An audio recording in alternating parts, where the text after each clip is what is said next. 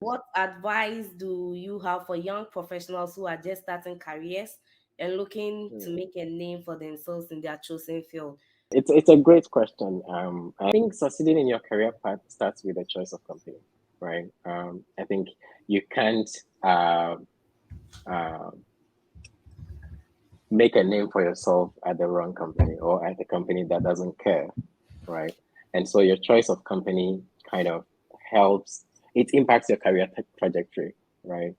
Chris was talking about being at Apple, um, and joining Micron was a big part based on the career, the values of the company. And interesting fact, that was my first US interview, and that was my first job, like official job outside of school. And Wow. so that was my only proper interview. The second interview were in the second stage of the interview, and I had to call it off because I found that the values of the company aligned with what I Nice. wanted, and the program I'm joining in aligned with what I wanted. So I decided to call off the second interview. So that was, I could say, this was my one and only interview, Wow. and I was fortunate enough to get it. So I think, to be able to succeed in your field or in your career, you probably, that is determined in a huge part by the company and also the kind of manager you have, but that you have very little control over, right? It's Yeah. like, yeah. So you can join a good company, but if your manager is not like one that allows you, but I think that the culture of the company impacts the managers they have. Company that helps, because you can make a difference in a company that doesn't care. I think the other one is be willing to get into training programs as an entry level person, right? It's like some companies have rotation program, others have management training programs, and sometimes you want to get out of school and have the sexiest sounding jobs ever, right? I joined Micron on a global supply chain engineering rotation program, and then that gives me the chance to kind of understand the supply chain with little expectations about, you know, what we should do, right? And more about what we expect it to be able to do after a couple of months here, right? So it's a different dynamic, reducing pressure that is on, new grad students. You are now trying to adapt into the way the company works, the mechanics of the company, and you would have little knowledge around their processes, and you can't make huge difference, right? Even if you have the best sounding job, like the most interesting fun job description. So joining us on the training programs helps you to kind of not have that pressure, but then have the best opportunity actually, Yeah. because now you learn a lot of things. You be able to better align where your skills, better align your skills with where you think you can fit well. Um, and you can also be in a better position to renegotiate your salary, right? Because sometimes these training programs have a time span, right? That after this period, you will move into a permanent role, and at the time you're transitioning into a permanent role, you would renegotiate your salary. Mhm. So actually, then you now have a value add. You can prove a value add. You can now say, hey, this is what I know I'm good at within this company. This is how much value I add. And so then you can negotiate where your salary should be. So I think that joining on rotational programs or management training programs, even though it's not the most sexiest sounding jobs, it's actually a good opportunity to. Rotational programs, there is less expectation as to picking up that fancy job you are thinking about. There is high expectation. Even Yeah. in the program, there are a lot of things that you learn in school that I don't want to say irrelevant, but they do not apply to the work field. Oh, yeah. So yeah, so while you are in the rotational program, like you are able to discover new things and even know, do I want to be in this particular field in supply chain? Do I want to do this? Actually, that was, if you ask me, how did I search for my job? I started with those rotational programs. And as I mentioned, I got into a rotational program at Micron. But currently, I moved into a permanent role for multiple reasons. Uh, but it was a choice, right? Mhm. Then I have the choice. And I know that if I take this route, this is what my career is going to look like.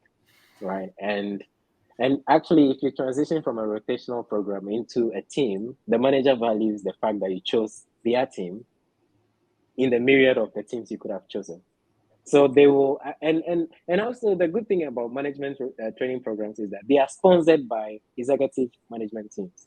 So they treat those on the management training program as though it's like if you had a scholarship and then someone is paying for their own fees. It's literally that dynamic, right? It's like, or if you had a special treatment and someone doesn't.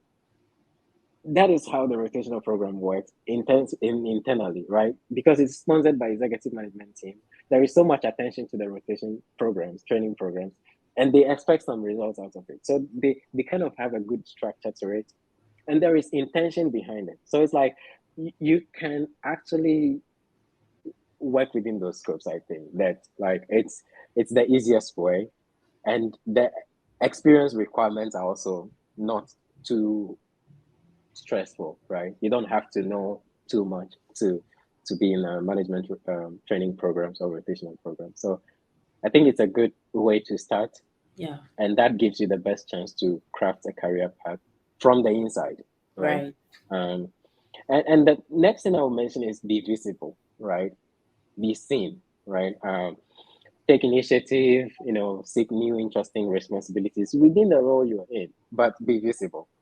I usually say at minimum, let the manager of your manager know your name. Actually stretch it to say, let the VP know your name. There are going to be multiple opportunities to facilitate meetings, to write minutes, to do things for management meetings. You're not going to contribute. You're not going to voice opinions. You're going to coordinate the meeting. Make sure, like, do that whole meeting management thing, and you are the one.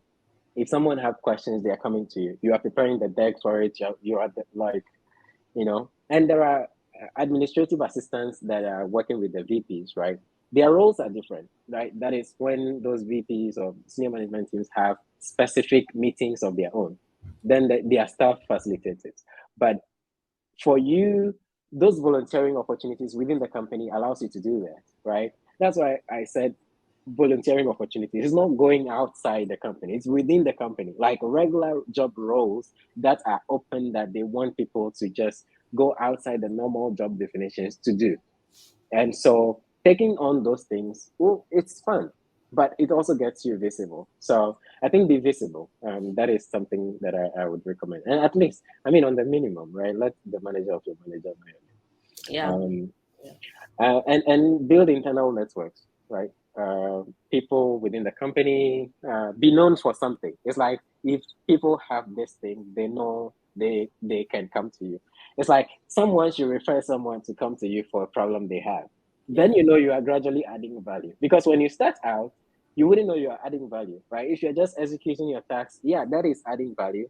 But then another way of assessing whether you're adding value is when people feel like they can count on you for something that they cannot do for themselves. And in that case, it comes from building internal networks. You don't have to, go to parties with colleagues and things like that, but be known for something. That is building your network so that people can reach out to you, right? And I think the last thing I'll mention around crafting a career path for yourself is, discuss your career goals with your manager because they are in a better position to help you get there than Mm-hmm. you might think, and they have been there long enough to know how you can get there. And so discuss, your hopes and dreams with your manager, and they will be, if they are good managers, they will be willing to assist you along the way, connect you to the right resources. I think there were things I didn't know were open. Even some of the volunteering opportunities I didn't know were open until my manager was like, "Hey, this thing is open. Do you want to do it? It's to help you connect with people." And I'm like, I don't know, but I tried it, and then I'm like, "Wow, this actually has value." Right, and so if you discuss your career goals with your manager, they will be in better positions to help you get there. So I mentioned a couple of things, but I just want to quickly recap that you start with the choice of company because that impacts, whether or not you achieve your career goals.